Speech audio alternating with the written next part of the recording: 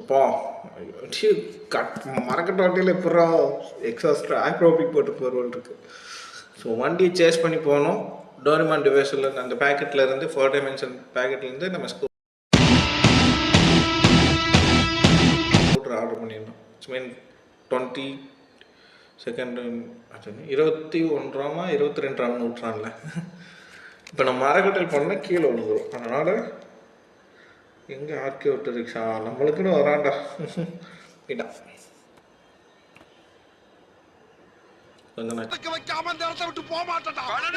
நல்லா நினைக்கிறேன். Okay okay.